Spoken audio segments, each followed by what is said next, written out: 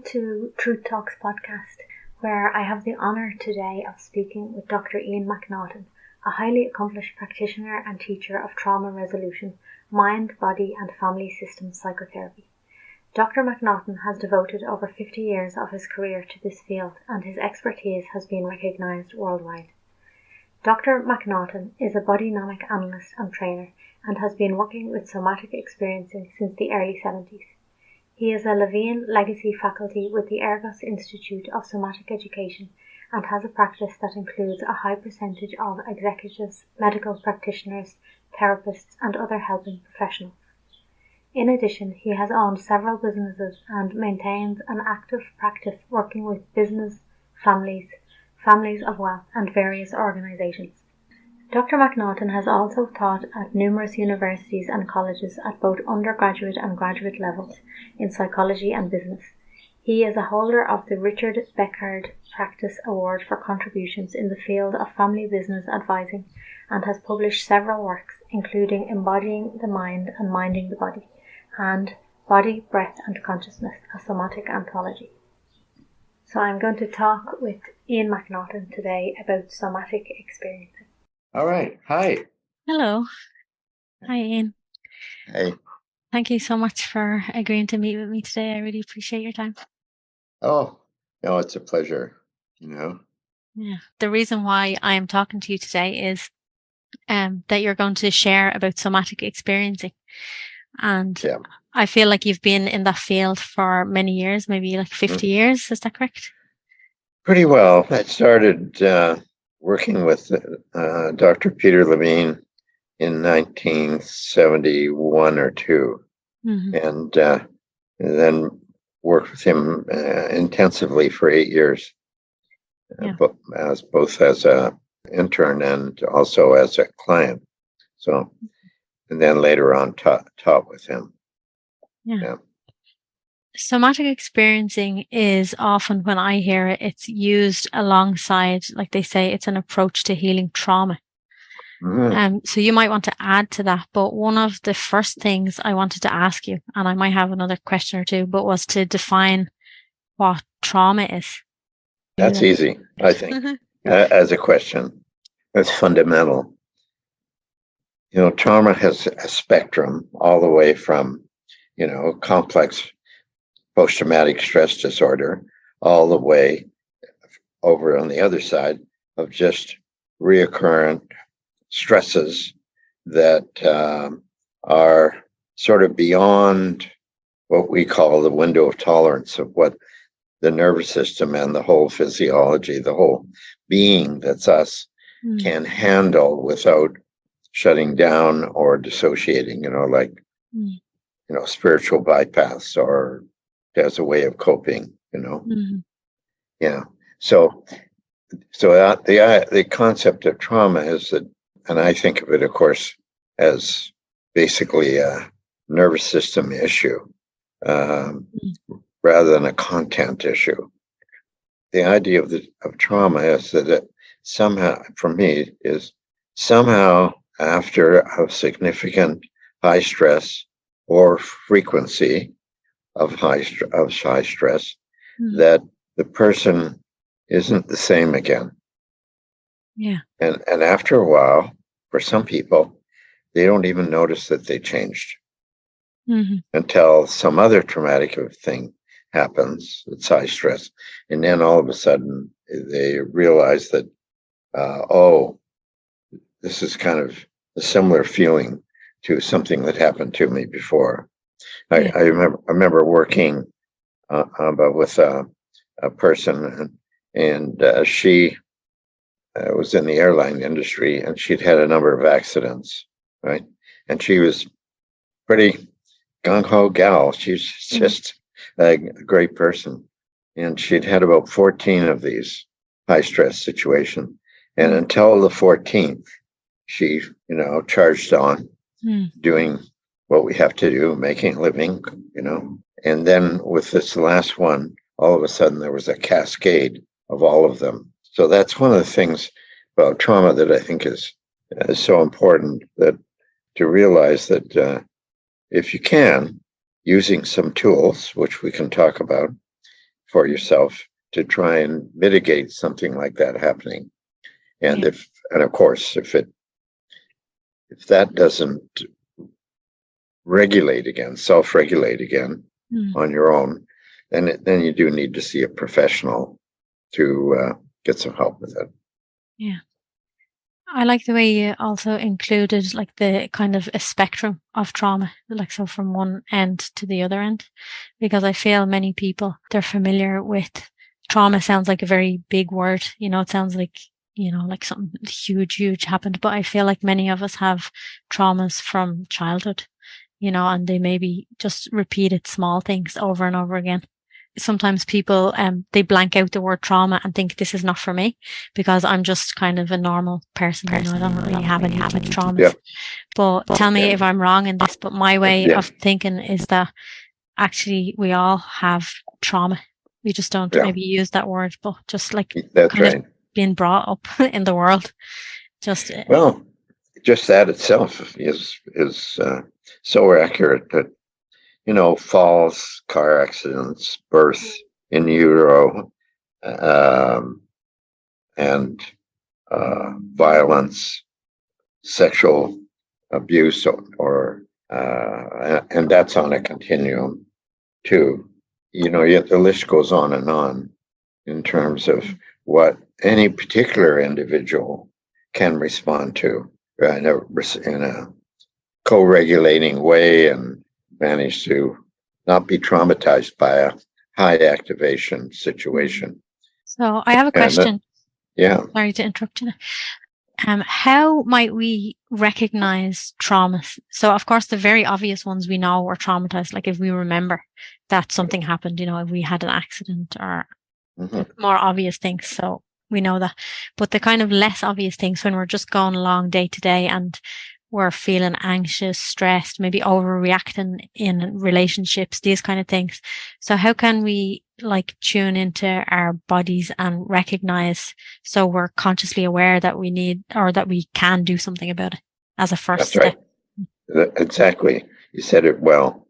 One of the ways is, of course, to realize, just as you said, reaction in a relationship. Some of that can be family of origin, transmission through the generations, but nevertheless, the effect on the person is they're triggered more than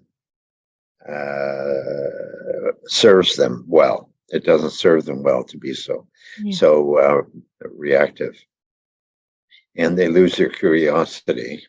So, of course, in some cases, the person was able to flee from the situation, go into flight. Someone else, managed to, a client of mine managed to fend off a rape, right? By the action and the anger and so forth. And another person goes numb and shuts down, right? Or dissociates. And I wasn't really there. I know he molested me, but I just started to have a fantasy of gardens, as a way to cope, just to cope with the situation, right? So I think that model of flight, freeze, fight, is certainly fundamental. And I would say with the freeze, the shutdown of the vagus nerve, which Dr. Borges in Florida has done so much work with. And I would encourage anybody who's exploring, listening to them saying, well, what's that? What do you mean shut down? Well, Steve Borges, a good friend of mine and of Peter Levine's, he has some wonderful YouTube videos up there explaining it, as does Dr. Peter Levine, which are all very helpful. Some of them are instructive with Dr. Levine, of tools that you can actually use. And we'll talk about those here. Yeah. So if somebody recognizes, let's say, maybe without memory, like the way you said a little while ago, it's more important to, I don't know exactly what word you used, but like to work with the nervous system rather than the content. Yes. So if somebody notices, let's say, for example, a fear, not a freeze. So I have something that comes up sometimes, and it feels like something just gets triggered, and it's nothing to do with the situation at all. But like something freezes. Exactly. Something freezes inside. Yeah. And it's just like you feel like you're frozen in fear. So what can someone do? And for somebody else, it might be, like maybe they feel like angry, like they want to fight. Yeah. Or something. Or to get away. Or they just feel like running away. Withdrawing, right? Yeah. Yeah. So there's a whole issue also of early attachment in this work in terms of how the original bonding happened, the in utero, the birth, and so forth. But the important thing, I think, in our time, with what you asked for, is what can people do? Do they just automatically have to go to a counselor? And there's nothing wrong with that. I am one, but and that can be certainly very helpful. But what do you do to be able to regulate in the moment, right? After something happens, or you noticed you've been triggered, right? Yeah. Okay. So one of the things, we'll talk about titration and pendulation in a minute, but let's talk about something that for most people, now that isn't true for everybody, but that's not a fault of theirs if this technique, a tool, methodology doesn't work, is a sound that Dr. Levine uses, and it's not a chant, but it sounds a little bit like one. And the difference between a chant, which goes for usually a particular length of time, whereas this sound has a rhythm. You start with it, and then you have a rhythm with it, and maybe we could do it together. Yeah, I was going to as a way. That. Yeah. That's good. Okay. All right. So this actually also helps move a person out of the freeze and the shutdown into more self-regulation. And of course, we're doing it with co-regulation, which we all need. Yeah. We all need other people, right? So that's one of the principles of any good therapy, but certainly somatic experiencing, is how do you create a safe sense with the person who's talking about that sometimes they tend to go into a freeze or a shutdown response, right? How does it get to be a relationship, right? Even if, like us, we're over Zoom, you're in Ireland, I'm in Vancouver, Canada, right? But still, we're also both connected to spirit. Yeah. And one of the things about somatic experiencing, and I remember teaching with Peter and San Diego, and one of the people in the group said, "Are you acting like a shaman? Because you're using techniques and approaches that are shamanic." Said, "I'm using some of the approaches of shamanic work, but I am not shaman. That's another thing. That's another level." And I love that response because people have said it to me, right? Because my work is psycho-spiritual, not split. Right? Yeah. So let's do this sound. How's that? Yeah. So let me model it for you first, okay? Sure. All right. So when you're sitting there, Amba, if you would just to sort of notice your connection to Mother Earth, to Kaya, with your feet. Just noticing, and the tactile sensation of your skin boundary on your feet, where we stop and the energetic fields begin, and connection to everything. So we're working on grounding right now to start with, right? So if feeling your feet, and if you're you notice chakras, then opening your chakra, or noticing how it is, rather, sometimes more open than others, with all of us, and your weight on the chair. So the pelvic floor and the root chakra. And when you notice that, if you have a back to your chair, then letting your back be supported, as opposed to the meditation posture, right? Okay. Which can also activate a certain will that we want to have that the over coupled tension of it to putting it aside a little bit. Mm-hmm. Okay. So how are we doing so far? Yeah, very relaxed. Okay. Okay, good. Okay. Mm-hmm. So here's what I'm going to model is I'm taking some air into my abdomen. And I'll do it first and then go from there. The sound is V-O-O-O. Mm. So that has a rhythm, right? Mm. So now would you like to do it on your own or together? We can do it together, and I also invite anybody who wants to try it so they can feel what it feels like as they listen. That's wonderful. That's wonderful. So, but it's important to go through these steps. So first, get more centered, grounded, present. Right. Do you want to start or do you want me to start? I can start. Okay. So let's do one and then see what that's like. Usually we do three, but let's just do one and see what happens. So we're titrating now, which is one of the principles of SE. Small, little changes. Because that's all the nervous system can actually integrate. Yeah. Okay? All right. I'll follow you. Yeah.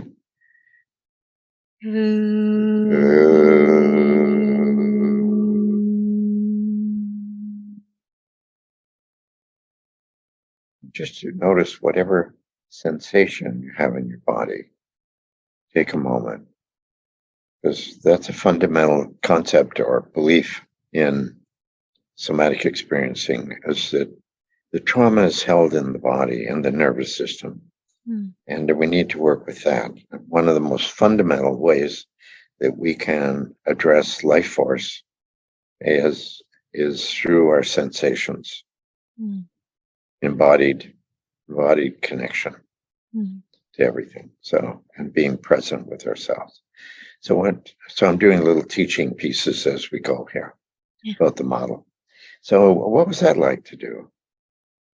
It was very nice because the sound is coming as the breath is coming out.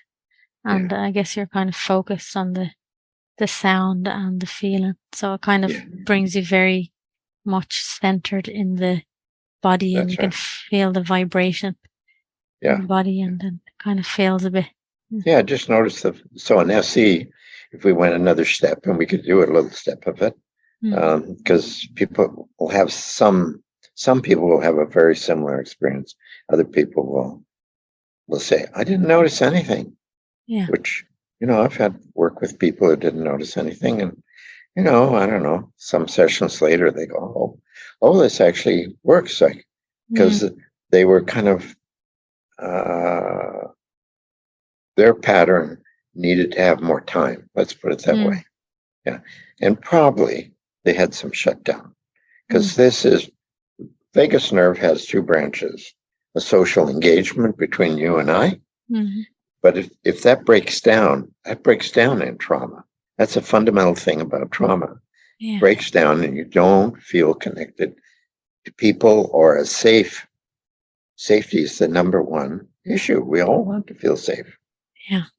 And so that starts to break down. And then that's another indication of trauma or the reaction to connection, right? Feeling too vulnerable to connect. Yeah. Don't we all in some ways? As my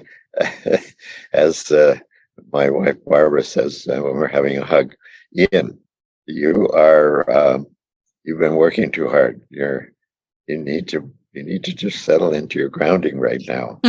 I go, oh yeah, you're right. Yes. She studied somatic experiencing as well.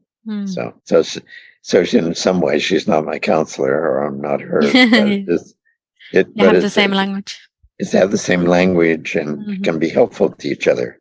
And sometimes for people that are listening, having a friend to do this with, so you're not doing it alone.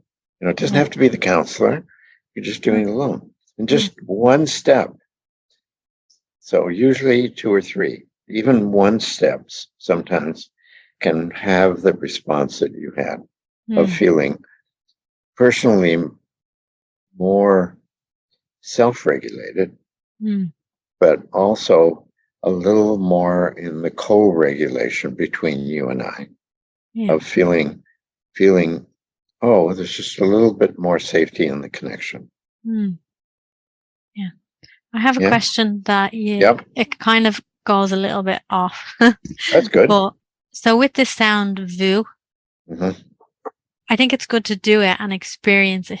Just being a human, like I have the kind of wonder. And you did say at the beginning, it's different than a mantra.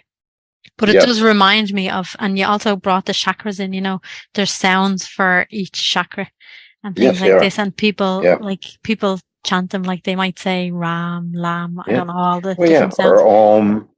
Om, of course, So that's a general one. If someone was to chant Om, let's say if they had a particular affinity to Om, or something similar to VU, would that be the same, or would they be doing something different? A little different. Because, for instance, if I was to chant Om, Om. It's a different quality sound than VU, anyway. And it's a different length. A different length. So we're working with a certain rhythm. To bring the nervous system back into a certain regulation. There's nothing, my goodness, nothing wrong with chanting, other than I have clients who have used it as a spiritual bypass. Right? I'm not feeling very good, so I'm going to do my mantras and so forth. And that's in itself helpful.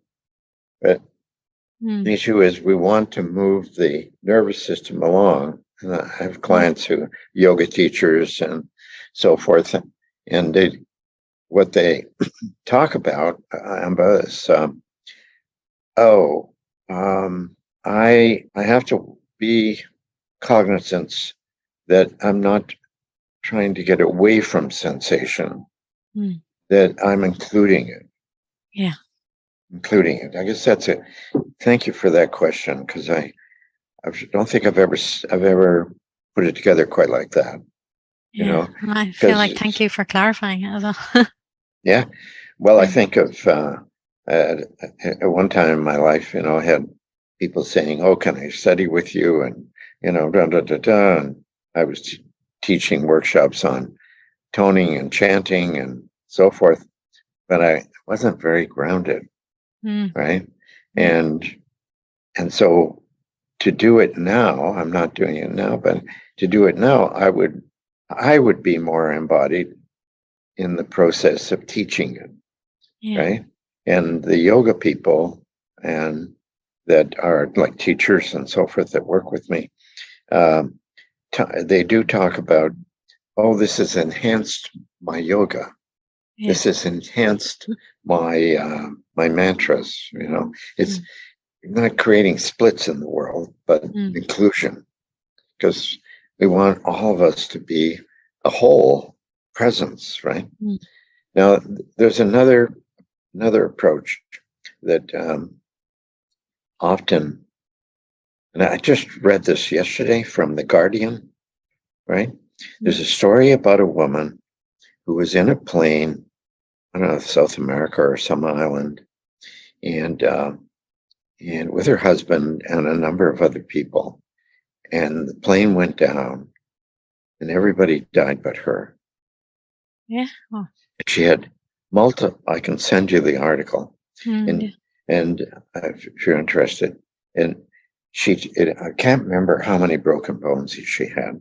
It's an incredible story, and everybody around her slowly dying, and they're in the jungle, and she's waiting for rescue.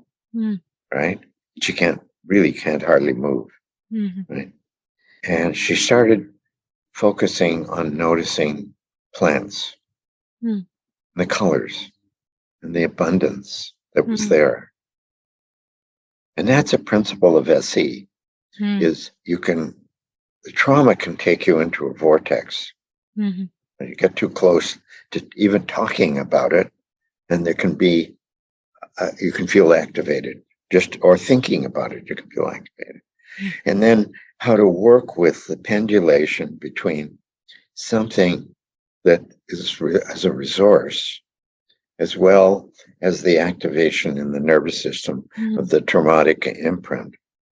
I was thinking of a chap that I worked with, and very successful. And he was saying, but sometimes he goes into some shutdown, like it's not about getting, people will avoid a traumatic activation. We all avoid getting and we avoid danger, right? And if that doesn't work, sometimes people fight.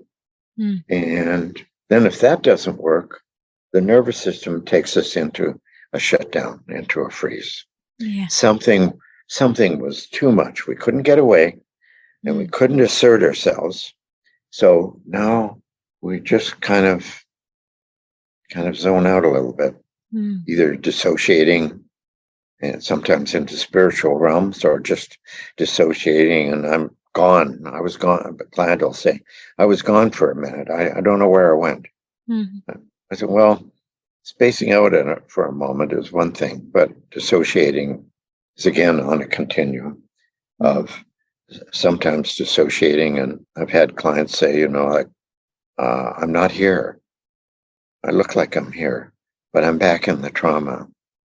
Yeah. That vortex of the whirlpool, they got close to the edge and it just took them down. My job is to keep people just to notice the activation at the edge, but also notice something, like this male client that was looking away every now and then. I said, where are you looking? Oh, I'm looking out at the tree. What's it like to look out at the tree? I don't know. It's kind of pleasant. Well, I wonder if you'd be willing to pendulate between looking at the tree and sensing, what's that like? And he describes his feeling. And I said, well, what's the sensation of that in your body? So we anchor that. And then, so what's it like to look at that and then come back to what you were describing in your body and look at that and come back to the sensation in your body. And what happens from those polarities is a third state emerges. That's an integration of the resource. Because what you want is the activation's up, resources are low. And then what you want is to bring up the resources and only touch gently the trauma, but keep the resources. And then the trauma starts to go into the past, because trauma is very much about the past intruding inappropriately into the present. What's coming to me as you talk, and I've heard about this a few times. My partner is actually studying somatic experiencing at the moment, so he talks about it. He talks about it a lot. He's very enthusiastic about it. But when you're talking there, it's somehow becoming very clear that to do this pendulation thing, it's like it's creating a sense of safety, actually, which you said is very important in kind of regulating. So it's actually it's not telling you you're safe, it's showing you that you're safe, because a little bit, then a little bit of good, a little bit of bad, good and bad. I know they're not great words, but a little bit of bad, a little bit of good. They're fine words. They're fine words. Yeah, very simple. They're fine. Right. Well, I think what we need is simple language so that people feel like we're with them, rather than high psychological or neurophysiological language that has them feeling that we're not quite together here. Yeah. Right. So when I'm working with people, I pay attention to what words they use, just automatically now. I had to train it at one point, and I use their words, not mine. Yeah. It's a very good skill. That. Yeah. Well, it's good in relationship too. A partner says, well, I'm just feeling out of sorts today. Oh, are you, there's something you ate? Right? Rather than saying, oh, oh gosh, that doesn't sound, that's how are you doing with it? Yeah. Which is more connected, right? Yeah. and the other person, if they're feeling out of sorts, they're not feeling connected to themselves and others. So using language that connects, and that's very much a part of somatic experiencing as well, is using plain language and using language that mirrors and connects with the person, including body language, right? You know, I notice that sometimes people will shift in their seat without sitting there. And the next thing I realize, I've shifted in my seat. It's like we're in a bubble, if you will, of co-regulation together at all levels, down to the concrete physiological nervous system level, right? And is co-regulation kind of another way of saying creating a sense of safety, or is it just a different aspect, or is it the same? No, I think co-regulation, when we're doing it, we are moving into a continuum of safety. You know, I know people that I've said, because I think one of the things that eventually happens is that you know in your own body what's happening in the other person. Yeah. You know, you take that risk of not losing yourself, but being able to feel the other person, to connect with them. That was my early training, is to be able to just notice what the other person may be like for the other person by feeling it in myself without losing myself or taking on the other person's issue. Yeah. Which in that way, I think like anything, and with modality is skill, you know, there's an art to it that you need, if you want, if you're questioning in that way, you want to develop that art to a refined way.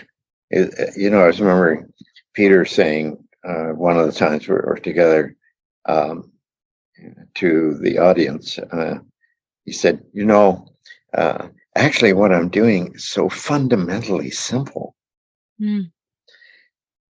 but it will probably take you 10 years to know that. Yeah. Right? Because you're so busy learning what works and doesn't work and so forth, which you have to do to get the skill, right? So I say to people who are listening, be really compassionate and kind to yourself with trying any of those two techniques, for instance, or the grounding and so forth. One time I had and I just want to put this caveat in. When I teach for the Ergos Institute, and I do any of these approaches and others, I'll ask, oh, well, how was that? Oh, you know, that helped, and you know, this and so forth and everything. Or why did you do this, or so forth. And then the fundamental question that's really important is there anybody in the audience that felt worse? And then hand goes up. And you know, if one hand goes up in 80 people, that there's probably on some continuum a dozen that are, right?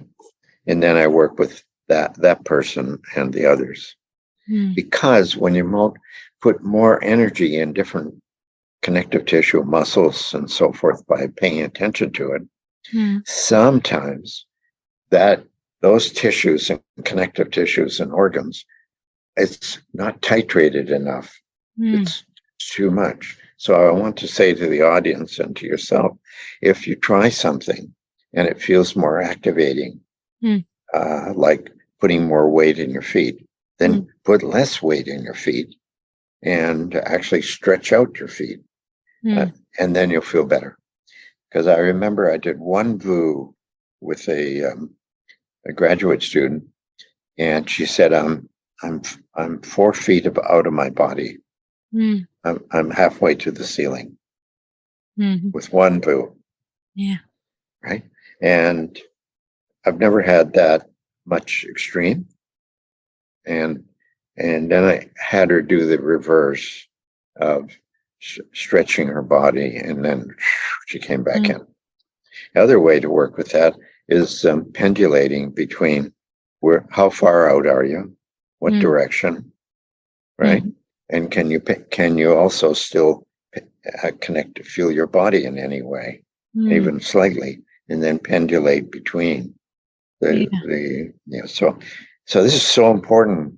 We're all different, and some muscles are more hypo and some are more hyper, and so the hypo cannot handle extra stimulation, so you need to really titrate those.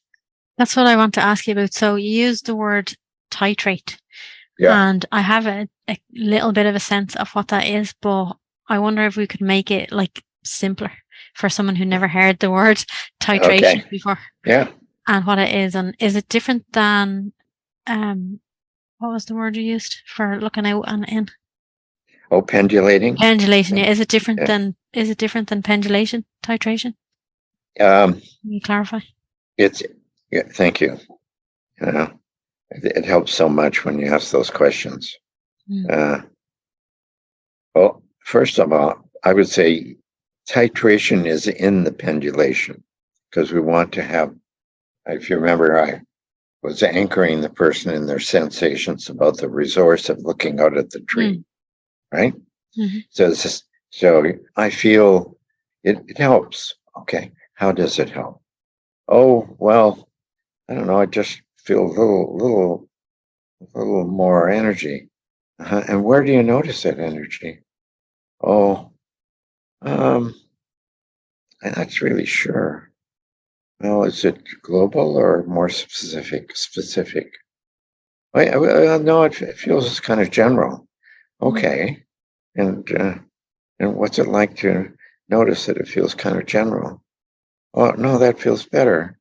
Okay, and what sensation goes with feeling better? Oh, well, there's a kind of a slight, almost a little bit of a buzz, but what's that buzz like? Oh, no, it's comfortable. Okay, then we can go between. Now we've got the titration of that, and then go between the looking out the window and the the sense of kind of being kind of numb, not too alive, and not very oriented, because we use orientation. Orientation goes away in trauma, and we get more tunnel vision, and we get hypervigilant or numb to what's going on around us. So when he talks about numbness, I don't want to explore that too much, or the freeze, because it's so easy to go into the whirlpool or to go further into it, and then it's harder to get out of the well once you fell into it, right? Rather than walking around the edges and noticing that there's a beautiful garden around that you could notice, and pendulating between those two. Does that help? Yeah. Just so in your experience, maybe from working with yourself and clients, let's say if somebody comes with trauma, any level of trauma, and then they do this work, pendulation, titration, and maybe they've had an issue their whole life, something. So then they do it for, I don't know, a certain amount of time. Do you see that the trauma is no longer there, or do you see that when it arises that the person is just able to kind of see it coming up, like see some kind of freeze still happens in a certain situation, and they're just able to kind of regulate their nervous system quicker, or it totally leaves on it and they don't get triggered anymore, or a mixture of everything? What do you think? Well, you said it at the end, just a mixture of everything. But let's unpack the mission so it's a little more, like you said. I really thought what you said was so articulate about the polarities between I'll never ever get activated by that again, anything like that situation, and I now feel safe enough with men to actually enjoy lovemaking and to be able to say no when I don't, and have the proper boundaries as part of somatic experiencing work for sure. And I would say I've had people who did one session with me, even though, they've been in a terrible car accident. And they came back the next time to tell me that they could now drive. They didn't have to be driven, that they were actually driving 18-wheeler truck. and that they felt like when they talked about the accident, they had a feeling. There was still a feeling. They hadn't split, but it was a memory, just like a bunch of other memories, that they weren't dissociated from affect. And then I've had clients, and do have clients, that I've worked with for years, and gradually the trauma reduces, but usually in those cases, there's a lot of generational attachment issues, bonding, and the trauma work is interspiced with psychotherapy around their family, their connections, work, their spiritual practice, because I do work with most of my clients meditate. So in one way or another, Qigong or Tai Chi or Vipassana or yoga, there's a spectrum, right? So what I would say is that to hold out the possibility that past will be the past and you won't be activated. And I have had many people that 1 session, 2 sessions, 3 sessions, 8 sessions, 10 sessions, that has totally happened for them. And then other people with more complex trauma and early developmental abuse or trouble in the womb or in the birth and lack of attachment, bonding, alcoholism, and violence in the family, and which they were a part of receiving the violence, then it can get more complex and it takes longer. Does that answer it? Yeah, I think so. Okay, good. Yeah. Well, I always like to ask, does it answer it enough? Because it does. Otherwise, I hadn't thought about it this way, but that's co-regulation. Yeah. You're not an object. You and I are working together. Yeah, because it's a flow of energy, isn't it? Like, and if I wasn't satisfied, then it would be the flow is incomplete or something. It changes the field. Yeah. Right? Because sometimes I'll work with people and I'll say, well, what do you notice in your body? I can't notice anything. So it's quite a shutdown. I say, well, can you notice the field in which you rest? Oh yeah, I can notice the energy field around me. Well, let's work with that. Then pendulating between the field and the numbness in the body. Yeah. I don't know if this is going off the point, but I think it might not be. But that you do some work with kind of in relation to relationships with people. Yes.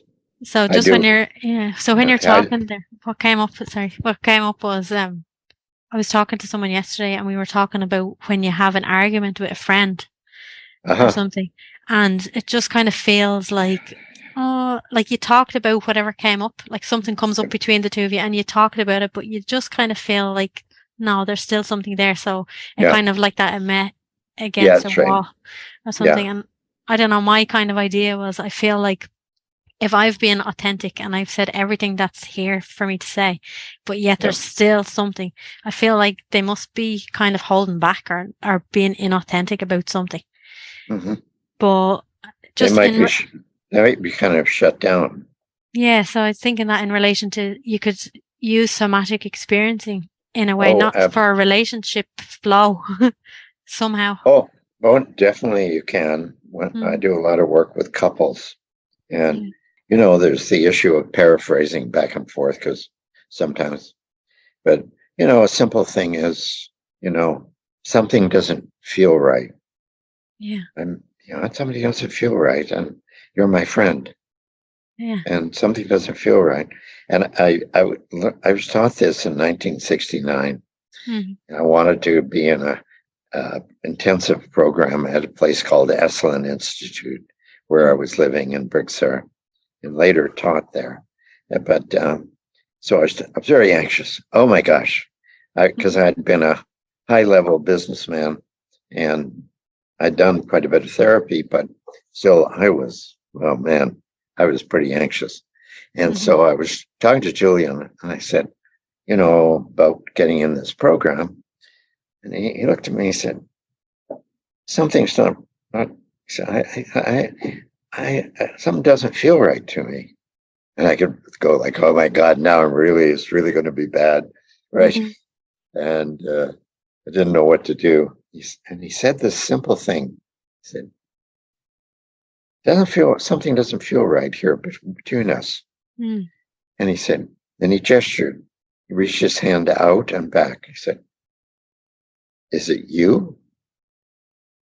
And he was checking, is it me? And he was checking his body all the time. And then he went, no, it's not me, and it's you. What's going on in you? Right? But that was a certain context in which to explore, right? Let's go to the friend. I think a wonderful thing that doesn't always work, but it's our authenticity, is to the principle of revisiting. Something didn't work. When it's calmer, going back and saying, I'd like to talk about the conversation we had, because I'm still left with feeling something didn't work. And is that all right? Could we talk about it? That's co-regulation, an invitation. And I just want to say that this is what I feel in my body. And I'm wondering, I thought I was being authentic, but I'm wondering, did I have a part in it not working well? Because I always want to learn. And could you tell me what you felt didn't work for you about how I was? Yeah. Because I've had people say, you're coming in too close, too fast. Yeah, that's beautifully humble, so like to say, like, I feel like I was authentic, but maybe I wasn't, because we tend to feel like we're right, don't we? We tend to do we ever take that position, but to be open that maybe there's something, because we all have kind of blind spots, isn't it? Well, and the thing is, you could have been absolutely 100% authentic in your body and pure intention and so forth. Yeah. But it might have been too much for the other person. Yeah. They couldn't, and that it was too big of a change. I've had people say, like I've told you, including my relationship, my marriage, where that's too much. Right now, the amount of connection we have is what my nervous system can handle. Yeah. Yeah. And you're wanting more closeness than I can handle right now. Now it comes out in different words and even may come out reactive and so forth. Yeah. But it's me wanting a deeper connection. And it might be that isn't the right thing right then for my wife. Yeah. My wife needs to be more quiet with herself.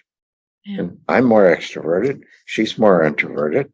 So sometimes I remember, well, I'd like to think it was 20 years ago, but this is humbling. About 8 years ago. I don't like the word 5. So 8 years ago, I had dinner. I said, Barbara, we've just done so much work together, therapy and everything and training. I said, I believe that we have a really, really good marriage. Is that right? She said, that's right. We do have a really, really good marriage, and we've worked a long time to get here. Mm-hmm. I said, okay, what's the one thing that I could do as a husband that would take our relationship to another level? Mm-hmm. So she looks at me and she says, listen. Oh my goodness. You can imagine my reaction. And I said, listen. I was just like dumbfounded, for a moment. She said, listen. I said, oh. So I guess I'm not listening enough. And she said, because I'm going to anchor that I am listening some, but maybe I'm not anchoring enough. She said, that's right. I went, okay. Took a breath and said, thank you. I'll work on that. And we were away for a few days at some hot springs. And I asked her a few days ago, I said, Barbara, am I listening better? She said, oh, yes. Oh, well, way better. I said, is there more that I should do? And she said, always. So I think I hope that story says something about, we're so sure, as you said, that we're right. And when things calm down, trying to revisit it in a time that doesn't reactivate the old pattern, and saying, my intention is to have a good, healthy relationship with you. I really care about you. I want you in my life. But something didn't work. And I'd like to think it was not about me, but the possibility is that there was something about I did or didn't do or how I did it that didn't work for you. Yeah. And, I'd really appreciate it if you would tell me. It seems like a big part of somatic experiencing and everything that you're saying, which is included, is kind of curiosity. That's right. That's really kind of almost fundamental, essential.